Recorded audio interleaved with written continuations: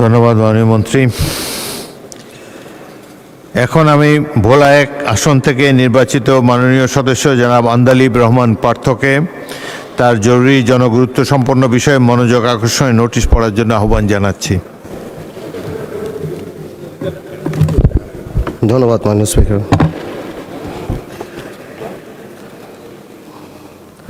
কার্যপ্রণালী বিধি 71 অনুসারে জরুরি গণতন্ত্র বিষয় সম্পর্কে মাননীয় সড়ক পরিবহন ও সেতু মন্ত্রী মনোযোগ আকর্ষণ করছি। মাননীয় স্পিকার, আমার নির্বাচনী এলাকা ভোলা 1 উপজেলা 13টি এবং একটি পৌরসভা নিয়ে গঠিত। ভোলা জেলা সর্বমোট 20 লক্ষাধিক জনসংখ্যার একটি বৃহৎ জনপদ, যা প্রাকৃতিক সম্পদ সমৃদ্ধ হওয়া সত্ত্বেও উন্নত সড়ক যোগাযোগ ব্যবস্থার অভাবে আজও দেশের মূল ভূখণ্ড থেকে কার্যত বিচ্ছিন্ন। বাংলাদেশের একমাত্র জেলা হিসাবে ভোলায় এখনও সরাসরি সড়ক যোগাযোগ ব্যবস্থা গড়ে ওঠেনি। ফলে এই অঞ্চলের জনগণকে বিভাগীয় শহর বরিশাল এবং রাজধানী ঢাকায় যাতায়াতের জন্য সম্পূর্ণভাবে নৌপথের উপর নির্ভর করতে হয়। বছরের দীর্ঘ একটি সময়, বিশেষ করে কালবৈশাখী বর্ষা মৌসুমে অত্যন্ত ঝুঁকিপূর্ণ হয়ে ওঠে এই নৌপথ। এতে করে জরুরি চিকিৎসা সেবা ব্যাহত হয় এবং অনেক ক্ষেত্রে রোগীদের প্রাণহানির মতো ঘটনা ঘটে। অপরদিকে পণ্য পরিবহনে অতিরিক্ত সময় ব্যয় বৃদ্ধির ফলে এই অঞ্চলের কৃষক ও ব্যবসায়ীরা মারাত্মকভাবে ক্ষতিগ্রস্ত হন। ভোলার বিপুল প্রাকৃতিক গ্যাস, কৃষিজ উৎপাদন ও সামুদ্রিক সম্পদ জাতীয় অর্থনীতিতে পূর্ণাঙ্গভাবে কাজে লাগানোর জন্য উন্নত সড়ক যোগাযোগ অত্যন্ত জরুরি। উল্লেখ্য, ভোলা বরিশাল সেতু নির্মিত হলে ভোলা জেলার সাথে সারা দেশেরই সরাসরি সড়ক যোগাযোগ স্থাপিত হবে, যা দক্ষিণাঞ্চলের অর্থনৈতিক কাঠামোয় যুগান্তকারী পরিবর্তন সাধন করবে।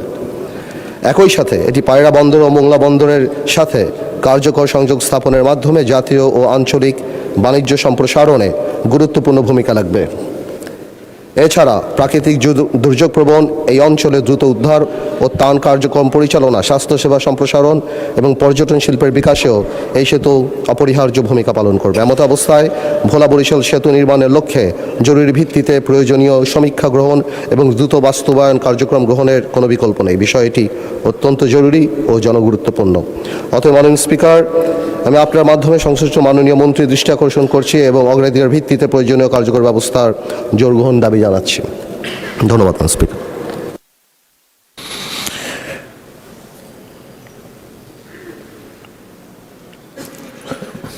মাননীয় সড়ক পরিবহন ও সেতু মন্ত্রী জনাব শেখ রবিউল আলমকে এ বিষয়ে সংক্ষিপ্ত বিবৃতি প্রদানের জন্য আহ্বান জানাচ্ছি।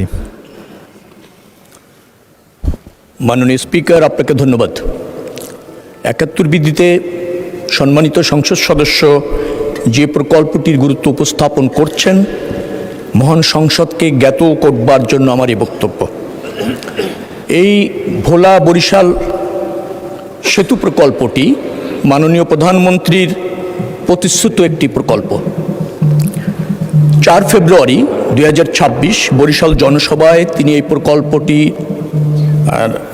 প্রতিশ্রুতি দেন। ইতিমধ্যে এই প্রকল্পটি 2022 থেকে 2024 2 বছরে সম্ভাব্যতা সমীক্ষা পরিচালনা শেষ হয়েছে। আপনার সমীক্ষা শেষে 10.876 কিলোমিটার দৈর্ঘ্য, 4 লেন বিশিষ্ট এই সেতুটির 17,466 কোটি টাকার প্রাক্কলন নির্ধারণ করা হয়েছে। এর সাথে রয়েছে 5.5 কিলোমিটারের মতো আপনার সংযোগ সড়ক, 18 কিলোমিটারের মতো তীর রক্ষা। এই প্রকল্পটি অর্থনৈতিকভাবে বেশ গ্রহণযোগ্য, কারণ এটার বেনিফিট কস্ট রেশিও 1.29, বেশ সন্তোষজনক। Financial internal rate of return 4.94, যেটাও বেশ সন্তোষজনক এবং বেশ ইতিবাচক। ইতিমধ্যে পিডিপিপি অনুমোদনের জন্য পরিকল্পনা কমিশনের ভৌত কাঠামো বিভাগে এই প্রকল্পটি প্রেরণ করা হয়েছে। বৈদেশিক সাহায্য প্রাপ্তির জন্য অর্থনৈতিক সম্পর্ক বিভাগে এই প্রকল্পটি আছে। পিপিপি প্রকল্প বিবেচনা করে সর্বশেষ অর্থনৈতিক বিষয়ক সংক্রান্ত মন্ত্রিসভা কমিটি, যেটা CCEA সভায় উপস্থাপনের জন্য প্রেরণ করা হয়েছে। আশা করছি এই প্রক্রিয়াগুলি সম্পন্ন করে আমরা আগামী 2026-27 যে অর্থ বছর আছে সেখানেও এডিপির অননুমোদিত প্রকল্প হিসাবে অন্তর্ভুক্ত রাখা হয়েছে। প্রক্রিয়া শেষ হলে সেতুটি নির্মাণের দিকে আমরা অগ্রসর হতে সক্ষম হব। ধন্যবাদ মাননীয় মন্ত্রী। এই প্রকল্পটি ভোলাবাসীর প্রাণের দাবি। ভোলা এই দেশের সবচাইতে সমৃদ্ধ একটি জেলা, যেখানে গ্যাসের বিপুল রিজার্ভ রয়েছে, অনেক সম্ভাবনাময় একটি জেলা। এ ব্যাপারে ইতিবাচক মনোভাব প্রদর্শনের জন্য আপনাকে ধন্যবাদ। মাননীয় সদস্য জনাব আন্দালিব রহমান পার্থ, আপনি এ বিষয়ে একটি প্রশ্ন করতে পারেন। ধন্যবাদ মাননীয় স্পিকার। আপনি যেভাবে বললেন আর কি, এটা আসলে আমাদের দাবি না, এটা আমাদের একটা আর্তনাদ। একটা শিশু যখন অসুস্থ হয় ভোলাতে, তখন একটা মা সুস্থতার কথা চিন্তা করে না। চিন্তা করে আমরা যে এই ভৌগোলিক কারাগারে 12 ঘন্টা 14 ঘন্টা লাগবে, লঞ্চ নাই, সন্ধ্যা 6টা থেকে পরের দিন সকাল 6টা-8টা পর্যন্ত আমরা যেতে পারি না কোথাও। আমরা একটা ভৌগোলিক কারাগারের মধ্যে আবদ্ধ হয়ে যায় মাননীয় স্পিকার, আপনি ভালো করেই জানেন। Who would know better than you. এর চেয়ে আরেকটা ব্যাপার, কোনো দুর্ঘটনা যদি হয় সন্ধ্যার পরে, স্পিডবোট সন্ধ্যা 6টার পরে মাননীয় স্পিকার চলে না। তো সেই ক্ষেত্রে আজকে দুঃখজনক যে 2026 সালে আমরা ভূখণ্ড, মানে মূল যে ভূখণ্ড তার চেয়ে কত দূরে, এবং এই কারাগার থেকে যে আমরা কবে মুক্তি পাবো আসলে আমরা বলতে পারি না। ওই স্পিকার, আমি আরেকটা আলোকে আমি এই কথাটা বলতে চাই। স্পিকার, আমাদের সংবিধান, আমাদের মৌলিক অধিকার এবং সাংবিধানিক দায়বদ্ধতার প্রশ্নটা একটু তুলতে চাই। আমাদের আর্টিকেল 32 জীবন ও ব্যক্তি স্বাধীনতার কথা বলে, কাউকে বঞ্চিত করা যাবে না। ফ্রি মুভমেন্টের কথা বলে আর্টিকেল 36। ওই দিন আমাদের সম্মানিত আইনমন্ত্রী সাহেব একটা কথা বলেছিলেন, স্ট্যাচুটরি ইন্টারপ্রিটেশনের কথা, লিটারাল রুলের কথা। আপনি স্ট্যাচুটরি ইন্টারপ্রিটেশনের লিটারাল রুল দেন, কন্টেক্সচুয়াল অ্যাপ্রোচ যান, পারপোসিভ অ্যাপ্রোচ যান, ডাইনামিক অ্যাপ্রোচ যান, টিলোলজিক্যাল অ্যাপ্রোচ যান, লিভিং ইনস্ট্রুমেন্ট লিভিং অ্যাপ্রোচ যান, যেখানেই যান।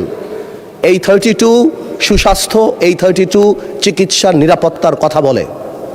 ফ্রি মুভমেন্ট মানে এই না যে আমি এখান থেকে এখানে গেলাম। ফ্রি মুভমেন্ট সারা বাংলাদেশ, তার স্থল হোক দ্বীপ হোক, আমি যেখানে যেতে চাই আমি সেখানে যেতে পারবো। কিন্তু আজকে আমরা কেমন জানি একটা অস্থায়ী অবহেলার মধ্যে পড়ে গিয়েছে মাননীয় স্পিকার। তাই বলবো, শুধুমাত্র ইকোনমিক ফিজিবিলিটির দিকে তাকানোর না, আমার সাংবিধানিক যে অধিকার, এবং এটা সুপ্রিম কোর্টের অনেক রুলিং আছে, এবং আপনি যেখানেই যান, আপনি যদি ব্রড ইন্টারপ্রিটেশনে দেখেন, আমি বাংলাদেশের যে কোনো জায়গায় যেতে চাই কোনো বাধা ছাড়া। কোনো ধরনের ফিনান্সিয়াল বাধা বা অবস্ট্রাকশন বা এই ধরনের অবস্ট্রাকশন এটা কোনোভাবেও সংবিধান অ্যালাউ করে না, এবং সংবিধান এখানে পজিটিভ দায়িত্ব দেয় রাষ্ট্রকে যে আমার এই বাধা সুনিশ্চিত করা। মাননীয় মন্ত্রী সাহেব 17,000 কোটি টাকা বলেছে, 17,000 কোটি হোক বা 25,000 কোটি টাকা হোক, আমার মৌলিক অধিকার এখানে অ্যাট স্টেক। সুতরাং উই নিড দ্য ব্রিজ। আপনি যেভাবে বললেন, স্বপ্নের ব্রিজ এটা আমাদের সাম্যের অধিকার, সাম্যের প্রতীক, এটা আমাদের অধিকার। এবং আমি সম্মানের সাথে মাননীয় মন্ত্রী সাহেবকে জিজ্ঞেস করব কবে নাগাদ এই ব্রিজ আরম্ভ হতে পারে এবং কত দিন লাগতে পারে। এবং আমি আরেকটু বলতে যাচ্ছি যে আমি মাননীয় প্রধানমন্ত্রীকে ধন্যবাদ জানাই যে হ্যাঁ, বরিশালে উনি এই আশ্বাস আমাদেরকে দিয়েছেন। আমি আরেকটু ধন্যবাদ জানাতে চাই, বিকজ একটা মেডিকেল কলেজও আনঅফিশিয়ালি আমি কথা হয়েছিল আমাদের মাননীয় স্বাস্থ্যমন্ত্রী সাহেবের সাথেও আমি দেখতে পেলাম মেডিকেল কলেজ অনুমোদন হয়েছে। যা coming back to Bhola bridge, আমি এতটুকু জানতে চাচ্ছি এটা কত দিন লাগতে পারে এবং কবে এই কাজ আরম্ভ হতে পারে। আপনাকে ধন্যবাদ মাননীয় স্পিকার। মাননীয় মন্ত্রী শেখ রবিউল আলম।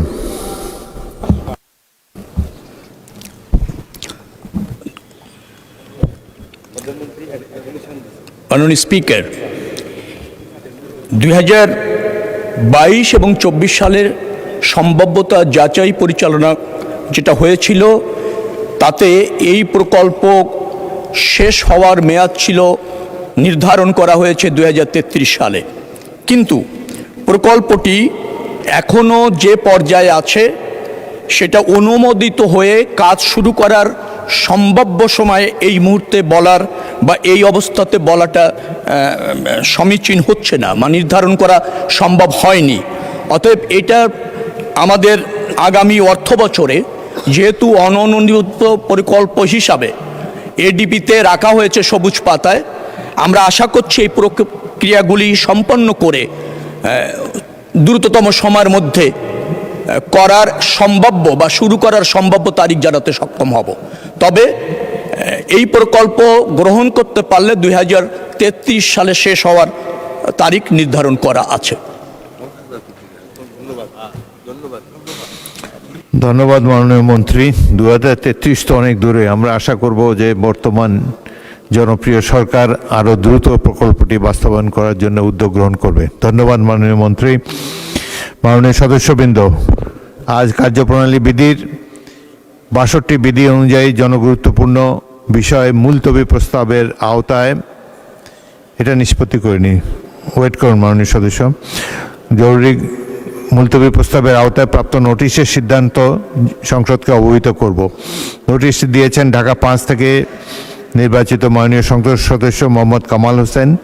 তার নোটিশে নিম্নরূপ বিষয়ে মুলতবি প্রস্তাব দিয়েছেন: দেশে হাম রোগের সংক্রমণ বৃদ্ধি প্রসঙ্গে জনগুরুত্বপূর্ণ সম্পন্ন মুলতবি প্রস্তাব। মাননীয় সদস্যের বিষয়টি জরুরি জনগুরুত্বপূর্ণ জনগুরুত্ব সম্পন্ন। এ বিষয়ে একটি নোটিশ 71 বিধিতে গৃহীত হয়েছে।